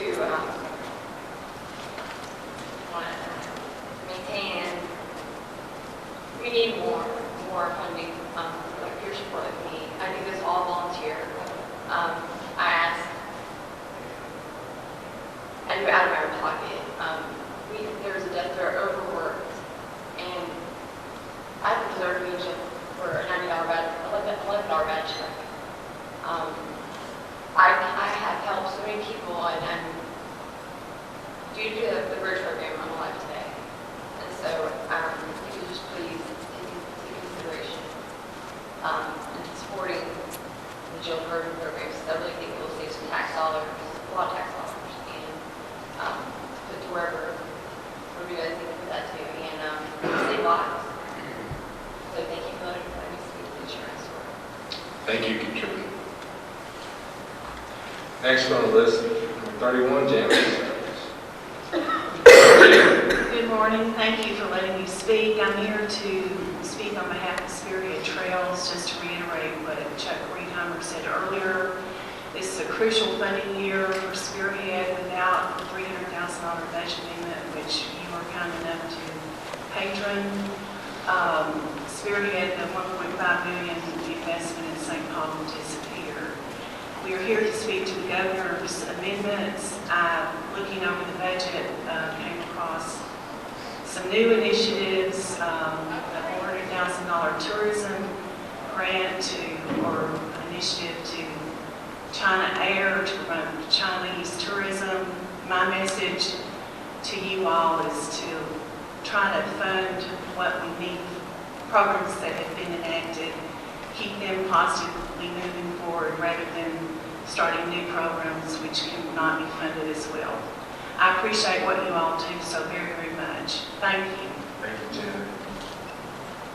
Number 32, Dolores Smith. Morning, Dolores. Good morning, Dr. Board, Dr. Campbell, Senator Garrick. My name is Dolores Wilson-Smith, and I am the elected treasurer of Wise County. I come before you today as a representative of the Treasurers Association of Virginia, of which I currently serve as president. The Virginia Treasurers have 3 key budget issues for the 2015 session. The first one, enacting a budget language amendment that is included in the budget bill as item 17.1, relating to collections of delinquent fines, fees, and costs by treasurers. The conference report that produced the budget in the 2014 special session included language that effectively would have barred city and county treasurers from collecting delinquent fines, fees, and costs due to the Commonwealth and the locality. This language was sought by private law firms doing such collections on a contingent fee basis. This language would deprive only the local treasurers of the contingent fee for such collections that every other collector, regardless whether that collector is a private law firm, a private collection agency, Commonwealth attorney, or the Department of Taxation is. Make no mistake, this would drive the treasurers out of making collections entirely because they could not cover the costs associated with these additional delinquent activities that we take. At this time, there are multiple local treasurers already providing this service and are currently and successfully collecting millions of dollars a year in unpaid fines and costs. The governor's budget bill, strikes the problematic 2014 language, preserving the ability of these treasurers to continue to make these collections and ensuring that Commonwealth attorneys and other localities have the option to engage their local treasurers for these collections in the future. adopt the governor's amendment and thereby continue to make it possible for Commonwealth attorneys who choose to do so to have treasurers collect delinquent fines, fees, and costs. This is our business, we're good at it, and there are hundreds of millions of dollars of fines and fees that need to be collected. Second is adopting a budget amendment to item 72 that would fund career development program participation for qualified and unfunded officers. In 2002, the General Assembly created a career development program to promote professional development and retention of experienced and highly qualified employees by providing a small salary supplement for treasurers and deputies who meet rigorous educational and testing standards. Budget actions during the economic downturn froze further CDP participation. There are now more than 50 officers who have been qualified, many of them for years, but never funded. This amendment would fund the approximate cost of $93,000 to permit these officers to participate on the same terms as those already participating in the program. Funding for this purpose was included in the 2014 budget bill, but removed as part of the package addressing revenue shortfalls. Third item was adopting a budget amendment to item 72 that would provide a very modest salary regrading for our lowest level deputies. Entry-level deputy treasurers' annual salaries are only $20,452, so low that a single parent with 2 children at this salary would be $400 below the monthly income level necessary to qualify for the SNAP assistance program. This amendment would provide a 2% salary regrade to the lowest level deputy treasurers. This works out to just over $400 per deputy on an annual basis. The cost of this total amendment would be approximately $57,000. Thank you for the opportunity to speak today, and I would appreciate your consideration of these budget issues for the Virginia Treasurer. Thank you, Dolores. Number 33, Sarah Stevens. Morning, Sarah. Good morning. My name is Sarah Stevens, and I'm here today to speak on behalf of Child Care Aware of Virginia, a nonprofit organization that works statewide to help families find child care and to train child care providers. There have been numerous newspaper stories over the past few months about the number of children throughout Virginia who have died over the past decade in unlicensed care. At least 54 children. One report said that 2014 was the deadliest year on record. There are two policies that are critical to promote safety in child care. But first, I want to tell you about Candy Lafkin, a 12-week-old baby girl who died in an unlicensed child care home in Shenandoah. Eli and Cameron Lafkin were first-time parents. They lived in a rural area and had difficulty finding child licensed care. They looked at a number of settings and thought they found someone that they could trust. They paid a commercial background check, which is similar to what Virginia currently requires for licensed care. The provider seemed nice, and the background check found nothing. When Candy died, the police conducted a fingerprint-based background check and found that Candy's provider had 5 alias names and a history of criminal offenses, including a felony. Last spring, the legislature passed a bill to create a task force to review background checks. The task force issued a report in November which recommended fingerprint-based screenings for child care providers. The task force report estimated that such a system would raise more than $600,000 in the first year and more than $825,000 in the second year, even after costs to implement the system were considered. The states around us require a fingerprint background checks for child care provider. It's time for Virginia to do the same as well. The second issue I want to raise is also related to child care safety. Virginia is one of only 8 states that do not require a license until 6 unrelated children are in the home.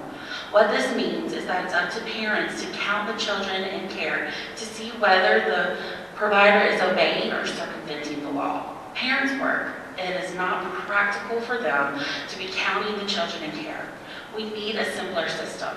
Instead of counting children, the policy should be that those who are in business of caring for unrelated children should have a license. Some have said that licensing is too expensive and requiring a license will increase the cost of child care. The current licensing fee for a home-based care provider is $14. A background check is less than $50 and is conducted once every 3 years. These costs are modest. They are deductible as a cost of doing business. Certainly, a child's safety is worth this modest investment. Working families need your help. It is a tragedy when any child dies, but an even greater one when the death could have been prevented. As you consider legislation this year, I urge the legislator to adopt the following recommendations. Fingerprint-based background checks for child care providers to ensure that those with a violent criminal history are not in the business of caring for children. Second, close the child care loophole by requiring a license for child care providers paid to care for at least one unrelated child as a business. And finally, tough penalties for providers who circumvent the law. Thank you for your time today, and I ask that a copy of my testimony and a one-page fact sheet on background checks and child care home licensing thresholds be submitted. Thank you. Number 34, Thomas Brewster.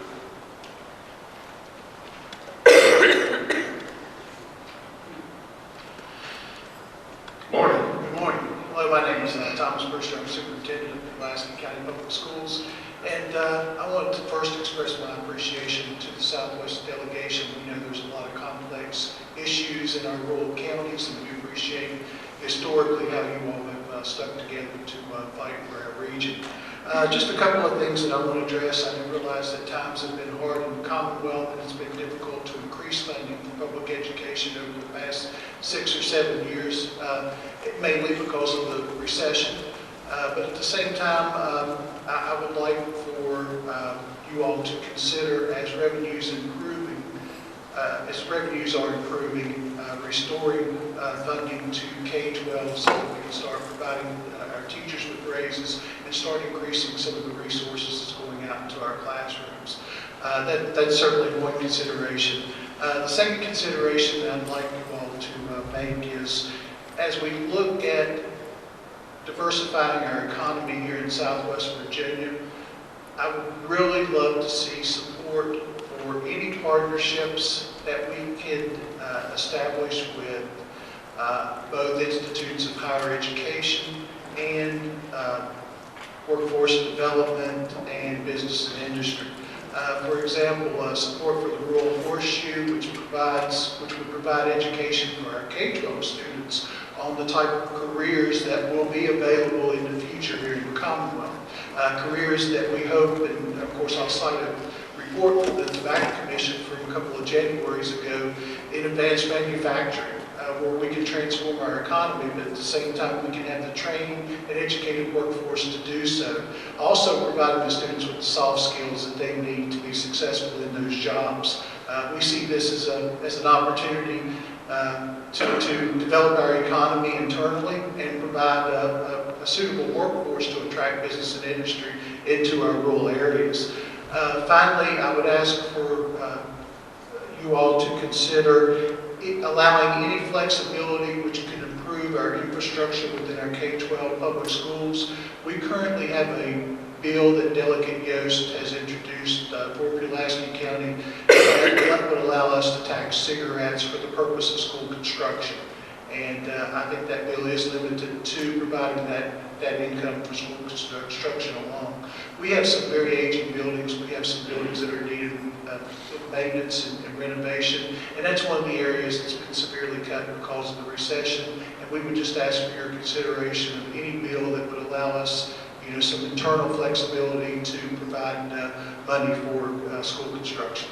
Thank you all for being here, and thank you all for allowing me to speak. Thank you. Thank you. Number 35, Catherine Wilhart.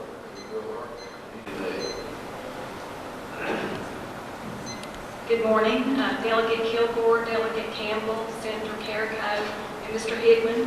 Thank you so much for the opportunity to speak today and also for hosting our budget hearing here in Southwest Virginia. And also want to thank you for your partnership with the City of Bristol, Virginia, and many of our localities across Southwest Virginia. Our Bristol, Virginia City Council recently passed several legislative priorities that we want to address during the 2015 legislative session. And I will just highlight a few of those today. our funding for K through 12 education. We hope that you will continue to fund that and look at increased funding. The standards of quality, last year there was an increase in funding across the Commonwealth, but with the increase in student population, there was a 0.4% decrease in 2014 from 2013.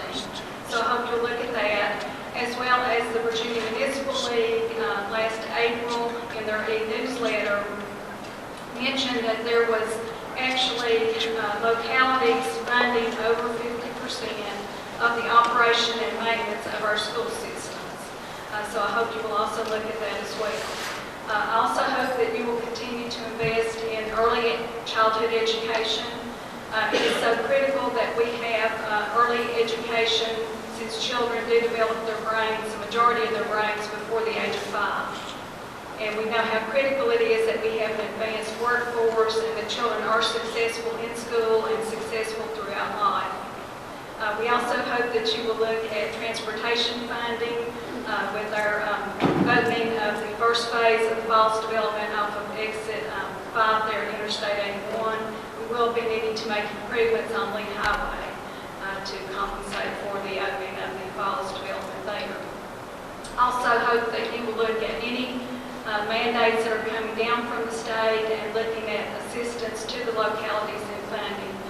Anytime that we have to look at budget cuts or any increased funding coming from the locality, it is very hard to make out our budget for the year, and certainly would look at decreases in our core services, which could include education, or looking at a tax increase.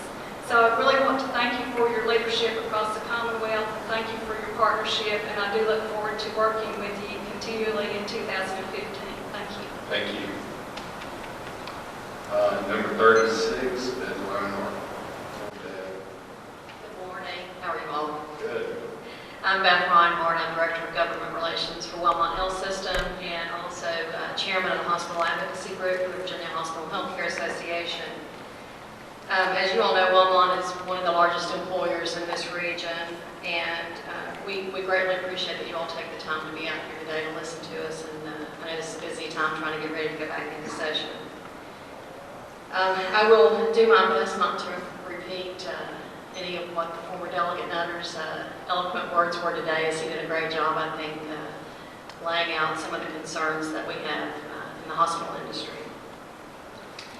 With healthcare changing at an unprecedented rate, we at Wellmont have and are continuing to do everything in our power to continue to provide high-quality, low-cost healthcare to all the patients in this region, and to try to do that in a sustainable manner, which is challenging at best.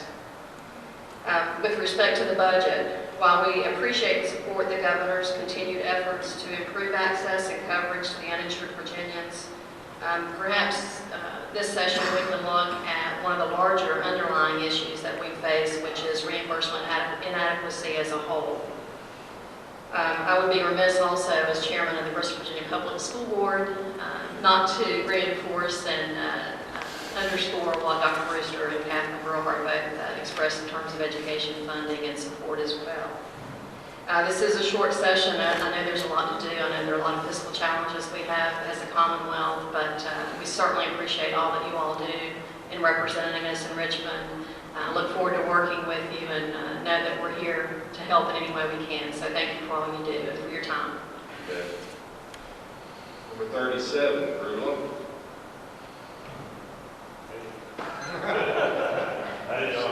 I saw this on there after I introduced you. I thought, well, I should have just waited and you could have cleaned up.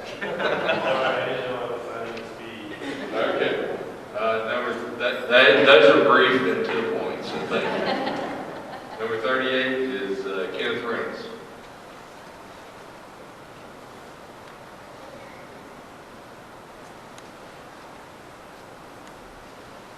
We'll send Senator Warner a card saying that you were here and representing.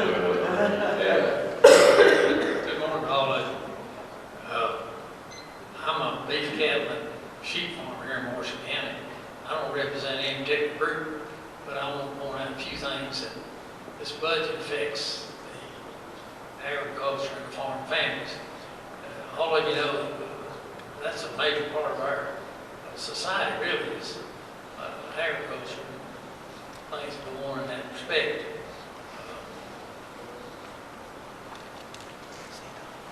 It's my understanding that probably Farm Bureau and probably the Department of Agriculture will make some detailed reports to you during the session before the budget hearings are concluded. But I just want to point out 2 or 3 things that affect me as a farmer here in Washington County. One of these is it's a request to restore the let's see, let me get my glasses, make sure. $190,000 in the cooperative code program. Now, this is a cooperative effort between the U.S. Department of Agriculture, the state of Virginia, and some of the local communities or local counties do contribute to it.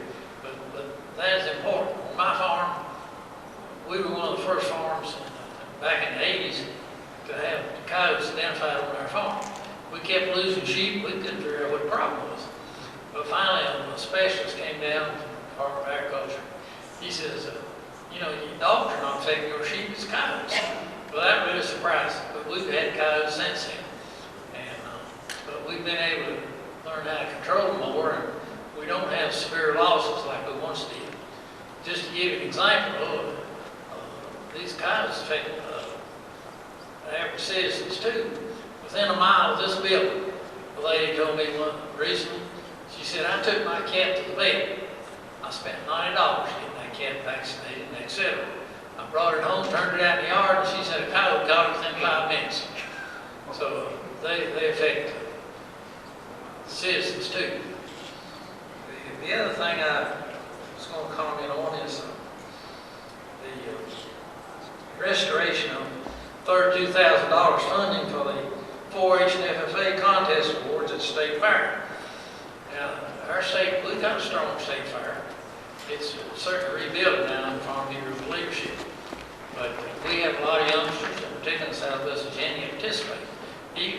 Just for example, my family, my children went to the state fair 16 years in a row and exhibited animals. And that made an impact on them.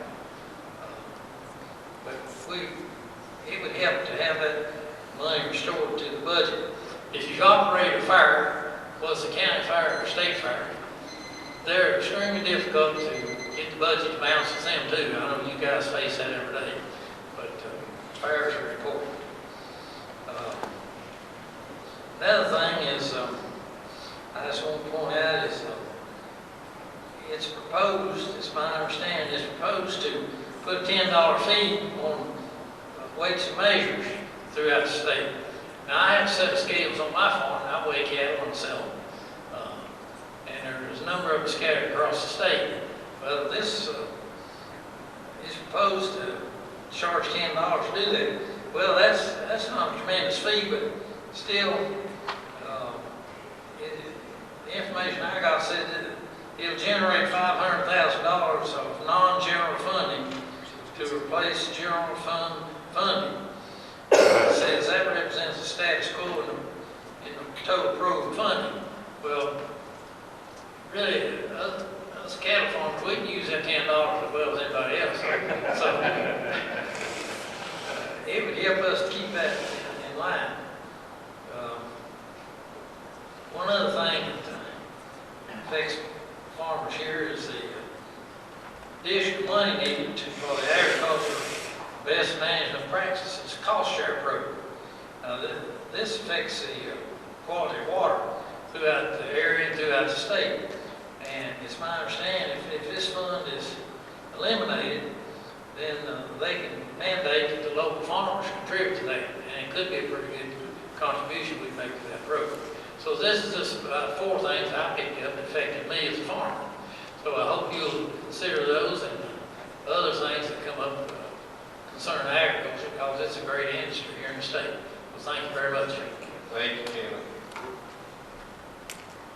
Number 39, Karen Blankenfeld.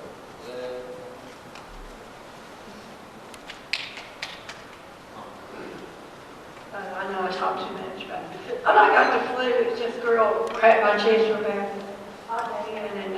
what I was going to speak on is on Medicaid. When people's a victim like I was down there, I have to take medical treatment.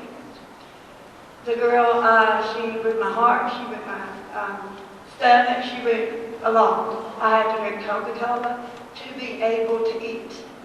What I'm stating is, due to electric bills, I volunteer under State Corporation Mission, and I'm proud of that. I used to volunteer under a wonderful person. I'm not against nobody, but I used to vote for a wonderful person, Billy Johnson. I used to work on issues with him. Then I was picked to go to volunteer from my home on with Virginia State Corporation Mission, and I really enjoyed that. I volunteer in electric, on the energy side, and on the communication side.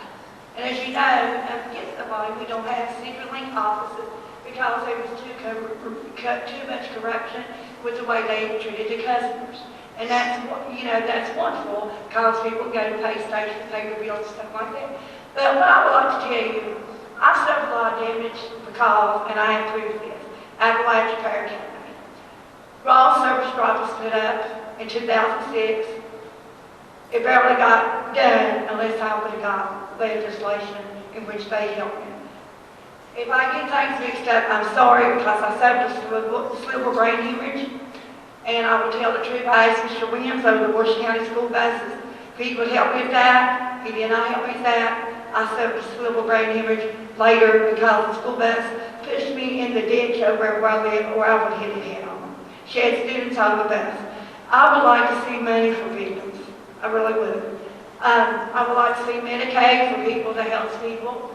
If legislation is not going to give money out where the General Assembly has not got it passed, that's what gets no money. But Delegate Johnson tried his best for State Corporation Mission to be able to tell the power companies to do the damage because I have talked to claims, they will not help me at the Appalachian Power Company. I have suffered a fire over somebody stealing the ground wire early in the morning, a fire that the power company hid for me till a nice person told me about it. And that's where I think there should be funding from legislation, and I hope General Assembly will pass. State Corporation Mission can be able, besides the rates, I have to learn more training, but besides the rates, I would like to see them say, Appalachian Power Company, you got to pay for damages. Because I am paying for a refrigerator, a rental company, because the too much power coming in took it out. I just got the heat pump fixed because the power took it out. Appalachian Power took it out. So I do have proof of this. State Corporation Mission has proof of this. But I really enjoy volunteering them. And my electric bill was $1,500. And I talked to the nice ladies, and I talked to 60. Here I suffered a cerebral brain hemorrhage over school bus. I had to go through all of this. And I think the agencies should be able to help people. I wish y'all would vote on a special place down there when people need help. You know, they need help. Food stamps. Let me get to that situation. Food stamps. I went to the store one day. Y'all might know about this. This little kid was crying in family because this was a government shutdown of the federal government. They weren't able to use some food stamps. Now, is it right, when legislatures get voted in, is it wrong to take care of the poor? And another thing, whether you're rich, poor, middle class, the way these labor bills are, people need help. They really do. And make a special place at the social services that people can get this help instead of them having to do paperwork when they get damages because of Appalachian Power Company. Because Appalachian Power Company, the claims office is not going to help me. They didn't care not enough about, it was their equipment, but they didn't care enough about me. And the way we see it, they're supposed to keep that power up and running 24 hours a day. And another thing, where I volunteer. I really appreciate what they do for people, the VSP, Virginia State Police, all the authorities. I appreciate firefighters, what they do for people. I'm glad I'm here standing, being able to stand, because I have always felt like a school bus pushed me in the ditch. I had deficits where I was mistreated at Wilma Hospital, and I got out of there. It wasn't time for me to leave, but I got permission and I got out of there, or I might not be standing. But I would love to see funding, helping people. We appreciate the governor. We appreciate the president. I am in a campaign thing where I get things for the Ms. Blake, all the you issues. can wrap up your remarks. Your Okay. time's up, so. Okay, what I was saying is I forget because my brain stuff. The organization is, if it's Democrats here, they might know. But anyway, I really appreciate being with that organization when they campaign. The president sent me a real nice thing on issues saying he was really proud of me, and I'm really proud of myself. I don't do it just to help me volunteering on issues, but I do it to help the people. And you know what? That's what legislatures do. And they should be for the poor, the middle class, and the rich, and coal mining. When I see a situation, we need Rick Bowers back. Because when I see a situation, I bypass no work order's office. And we get her done. Have a good day. Thank you. Next on the list is Rob Goldsmith. And the last speaker will be James King. Good afternoon, Senator Carrico, Delegate Kilgore, Delegate Campbell. Thank you for being here today to hear from us. And thank you for the outstanding representation that you provided for Southwest Virginia. We're lucky to have you. People Incorporated operates 40 different programs and provide developmental services to enable economically disadvantaged people to reach their goals to enhance their lives and families and their communities. You heard from participants from our Project Discovery program earlier that provide college access to first-generation college students. You heard from our Virginia Cares program that provides assistance to people coming out of state prisons to get on the right track and stay out of prison and reduce recidivism in the state. Chuck Riedheimer talked about what was going on in Pocahontas. What he didn't mention, or maybe didn't know, is that People Incorporated financed the construction of the cabins that are being built in Pocahontas. And you've heard several people talk about Heartwood and all the great things that it's doing. Certainly is. And we want to claim a little piece of the credit for that. We provided some creative financing on an interim basis for Heartwood this year to keep them going. So we think that we're having a significant impact on this region. We are a community action agency. We're one of 30 in the state. Our core funding is Community Services Block Grant. 6 years ago, the Commonwealth provided $6 million a year supplement to the Community Services Block Grant. That almost went to zero, were it not for the leadership of Delegate Kilgore and Senator Carrico 2 years ago. That would have gone to zero. It's up to $1 million. We hope for budget amendments this year to increase that number. We know that it's an extremely difficult year in terms of general funding. TANF dollars will be just as good for the community action agencies as with general fund dollars. So we ask for you to work for that for people in Canada and 29 other community action agencies across the state. You get a great bang for your buck. We leverage $19 of other money for every dollar of community services block grant funding we get. And most of that other money is private. We bring into the region. It has a huge economic impact. It has a huge impact on the lives of people in this region. So thank you for your leadership. Thank you for what you do. And I appreciate this time. Thank you, Rob. Thank you for what you do for the area. Our last speaker, number 41, is James King. James. Thank you, Senator.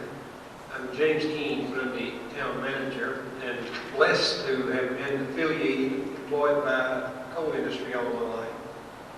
And this is not the first time that we've had coal tax credit issues to pop up. And I'm beginning to think that the analysis of coal tax credit has not been properly presented, and we need the JLARC or whoever it is down here so that they can drill down a little deeper and see the impact of the coal tax credit. And I know you support. I want to give you a couple more arguments that Harry didn't give you. Harry gave you a great report. It's a good defense of the position, and it's the fodder that you need to keep the coal tax credit going. Two things that I would add to that is that the coal tax credit really targets local operations. Those are the most expensive operations to run and so forth. Now, from that perspective, the removal of the coal tax credit, we're going to see some coal mines close. And the multiplier impact that Craig talked about earlier is simply a reverse of that because of the impact it will have on the economy. Second thing, and it's a direct help to the Commonwealth, is the impact that post-mining land use has, particularly when it comes to building roads in our region. And that calls into point the Coalfields Expressway.